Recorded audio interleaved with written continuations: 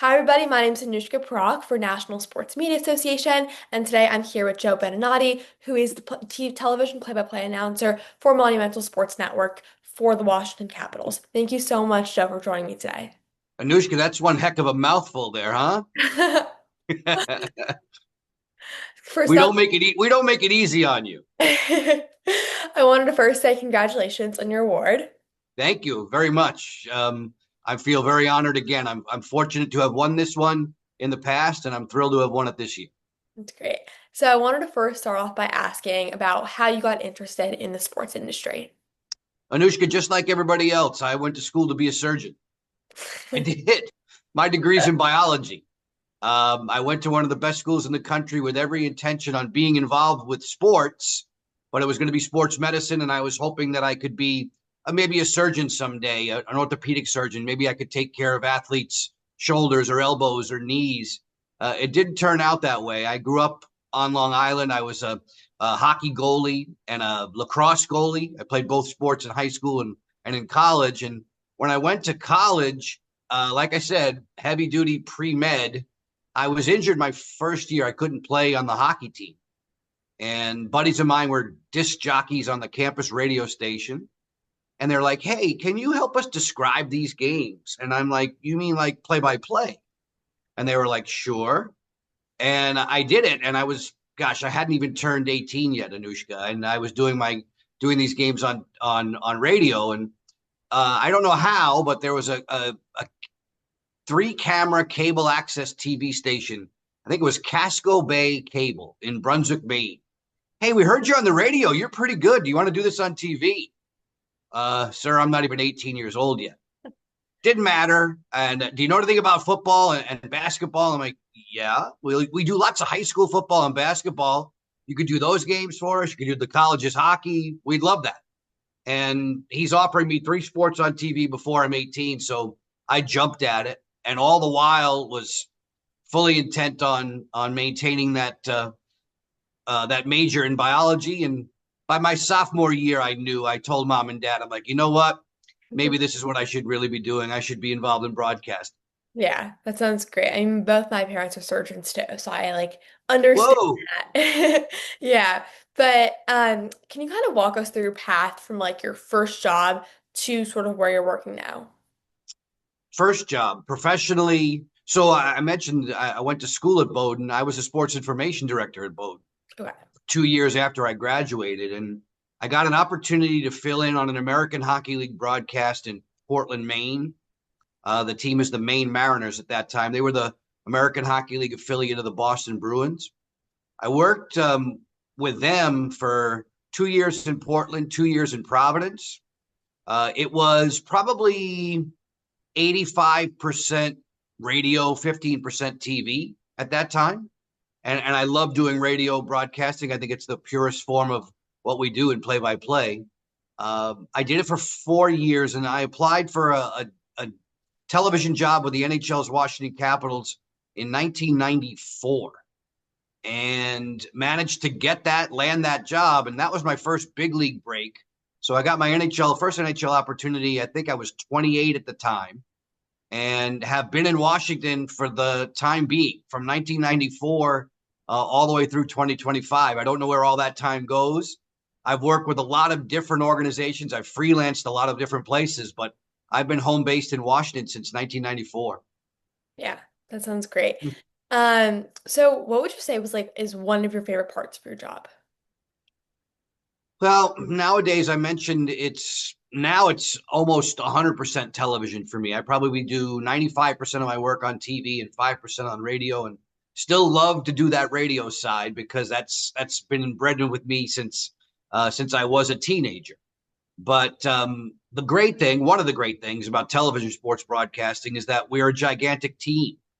Most viewers, men and women, boys and girls, they sit down, they watch a sporting event, they hear my voice, they might see my face from time to time, they recognize us as the announcers, but there's a team of probably close to 30 people involved in that telecast.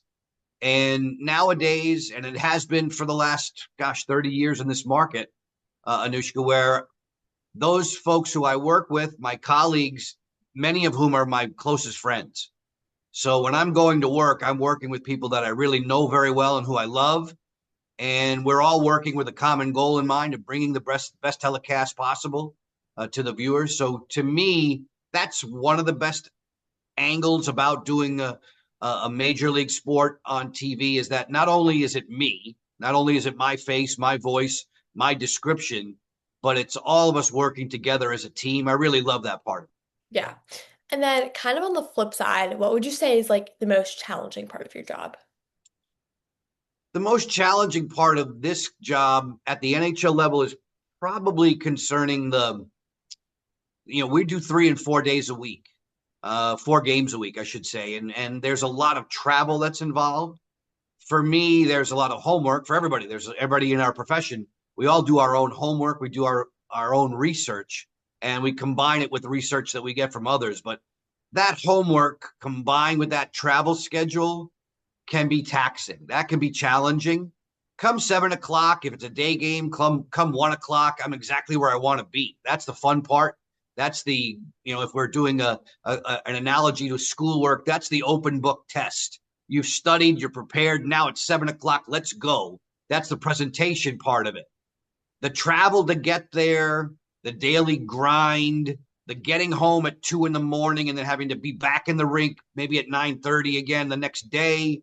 All that travel mixed in with all those various hotels. Yeah, it's people think it's glamorous, and yes, it is. It's fun to be able to go from city to city to city, but the majority of my work is done in the National Hockey League. We don't spend 3 and 4 days at a time in a city. It's different than baseball. Hey, we're going to Chicago and San Francisco and LA this week or in the next 2 weeks. Yeah, and you're spending 3 or 4 days there. And yes, I know it's game after game after game, but at least you're rooted in that city for a little while. In hockey, it's just get up and go, get up and go, Yeah. get up and go. Yeah. What is like a typical kind of on this topic, like what is a typical like day in the life or work in the life work for you? Like look like for you? Game day or the prep day? Both. We'll go through both. Well, there are, again, depending upon the sport that I'm doing. I've done 8 different sports. I mostly nowadays do 3 a year. Mostly it's hockey, football, and lacrosse, but I've done 8 different ones. And the homework and the prep days vary from time to time. Football is an enormous undertaking in terms of prep for me. You're working on and I'm doing mostly college football there on the Big Ten Network. So you're working with rosters that are enormous. And if you're working week to week, you're obviously trying to get ahead of the next game before you do the first. But for me, let's just focus on hockey. If I'm doing an NHL game on Wednesday night in Washington, more than likely I've already started to prep for it by Sunday, Monday for that particular game. I'm reading articles as many as I can. I'm watching film on the visiting team. I see the Caps obviously 81, 82 times a year. So I'm very familiar with that group. It's not like I don't do homework on them. I do a lot of research on them, but more so I want to be sure that I'm familiar with the visiting team, with the Capitals opponent. And I'm watching film there from time to time. I'm making phone calls to other people on our telecast, producers, directors, analysts, studio analysts, etc., trying to get a framework for what are the key ingredients to this game. What should we be focused upon?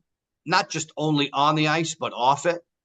So there's a lot of, I would say, homework is the best way to describe it because you're stuck in front of a computer and you're ripping through, whether it be articles about your team, the Caps, the other team, the Bruins, let's say if it's a Boston game on that Wednesday night. I'm preparing a flip card that I like to have, which is almost a cheat sheet, Anushka. Most of it is in my head. Yeah. 95% of it is in my head, but I like to have this flip card that's basically a mini media guide for both of the teams. So I'm doing a lot of breakdown individually to make sure that I know probably 5 or 6 things about Anushka, about Joe, about Brad, about Phil, so that at any given time, depending upon what other people are talking about, speaking about during the telecast, I might have a reference note or be able to refer to a story that I read or have an actuality from a coach's interview like in that day leading up to Wednesday, again, Monday is probably a deep dive on homework. Tuesday, you're at the rink, you're talking to the players. I'm talking to the Capitals players and coaches about the opponent and about themselves, their own games. But I'm taking notes on those so that I can bring the viewer an actuality from a player. He or she doesn't have the chance to speak to Logan Thompson, the goalie of the Caps, but I do. And I can talk to Logan and say, hey, what is it about Boston's power play that's most challenging for you? And then find a way during the telecast, during that 2.5 hours, when the time is right, when Boston's on the man advantage. I spoke with Logan Thompson yesterday, and he said the key ingredient to the Boston power play starts from the top, or some sort of reference that I can give where the viewer's like, wow, that's interesting. And I don't have the ability to speak to the athletes directly. So I want to make sure I'm bringing that kind of um, information from players, from coaches, and again, from opposing media too. So we do a lot of meetings on the Tuesdays. Wednesday is a morning skate. So we're at the rink early. Again, just double checking with the players, making sure that we've got line combinations correct, speaking with coaches, getting their game plan as much as they'll divulge in advance of a game. Go back home, try to get something to eat, try to get in the gym. By the time it's 3 o'clock, I'm trying to get to the rink. If it's a 7 o'clock game, I'm there at 4. I've got a pre-production meeting with a producer in our studio. So we go over things that I'm going to see both pre-tape and eventually live. It's a graphics rehearsal. By 5:30, Anushka, we're doing voiceover work in advance of that 7 o'clock show. 6:30, we're on the air with our pregame show. And I'm involved in the first the first segment and the last segment. There's 2 segment involvement there. And then all of a sudden it's 6:58, 7 o'clock, and away we go for the next 2.5 hours. Call that game, and who knows, we may be leaving. We may be getting in our cars, racing out to the airport to jump on a plane to go to Minnesota. You never know. You're looking at that schedule and you're trying to work ahead. Right. Yeah. That sounds exciting, great. But There's a lot going on there, isn't it? yeah, there definitely is. My next question is like I know obviously like lacrosse. I mean, I know you mentioned before that you did a lot of like football and like hockey kind of growing up, but like lacrosse, like, I feel like is like a new addition. How did you kind of adjust to sort of like the differences in lacrosse versus some of the more like traditional and like mainstream sports? Again, I played lacrosse in high school, so I was very, very familiar with it. I played lacrosse in college. So that's a sport that's very near and dear to my heart. And not like the others haven't been. So I told you I've done 8: football, baseball, basketball, hockey, volleyball, soccer, lacrosse, and tennis. So there's your 8. I do not have a lot of background in volleyball, but I did many moons ago. I did an ACC volleyball championship, and if you want to do things well, just like in any business, in any walk of life, you're going to practice. You're going to do your homework. You're going to study. So once I got that assignment, I live very close to the University of Maryland. I'm only a half hour away, and I called the coaches there of the women's volleyball team and said, "Can I sit in with you guys? Can I listen to some meetings? Can I take you away for about a half hour just to talk about the sport and what it is that's great about your particular team, but the rest of the entire ACC conference at that time?" And I can't tell you enough, Anushka, so much of what we do as sports announcers, we need a lot of cooperation from coaches and players.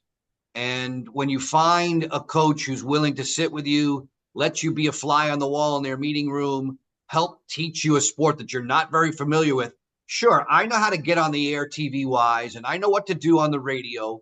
It doesn't, that doesn't matter with respect to sport. But if I'm not well versed in the actual sport, the viewer is going to see through me in a hurry.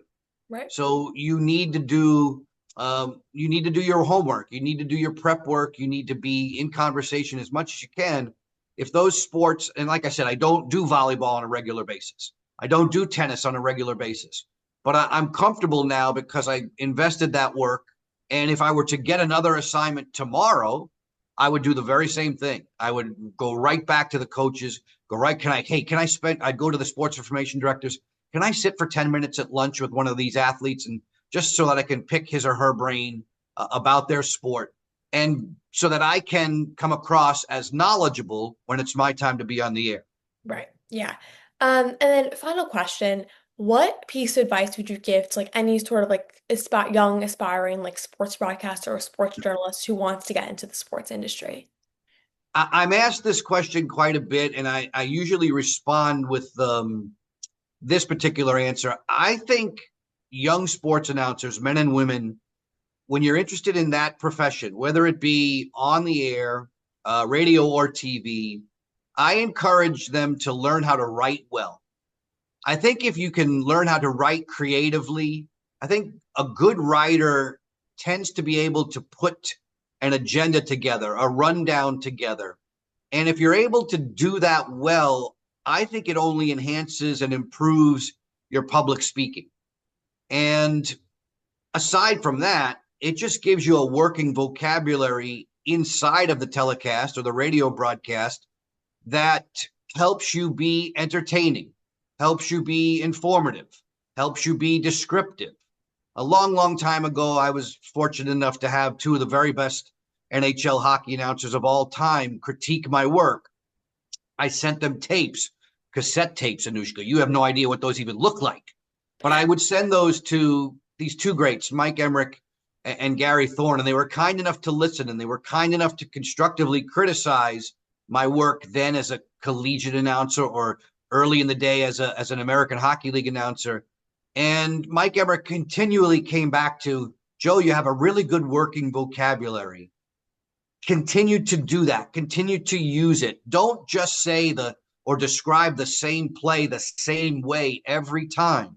Now, don't make stuff up. Don't make words up. But in your working vocabulary, enhance the description of the play with a working verb or adjective that really brings to life what the players are doing on the field or on the ice or on the court.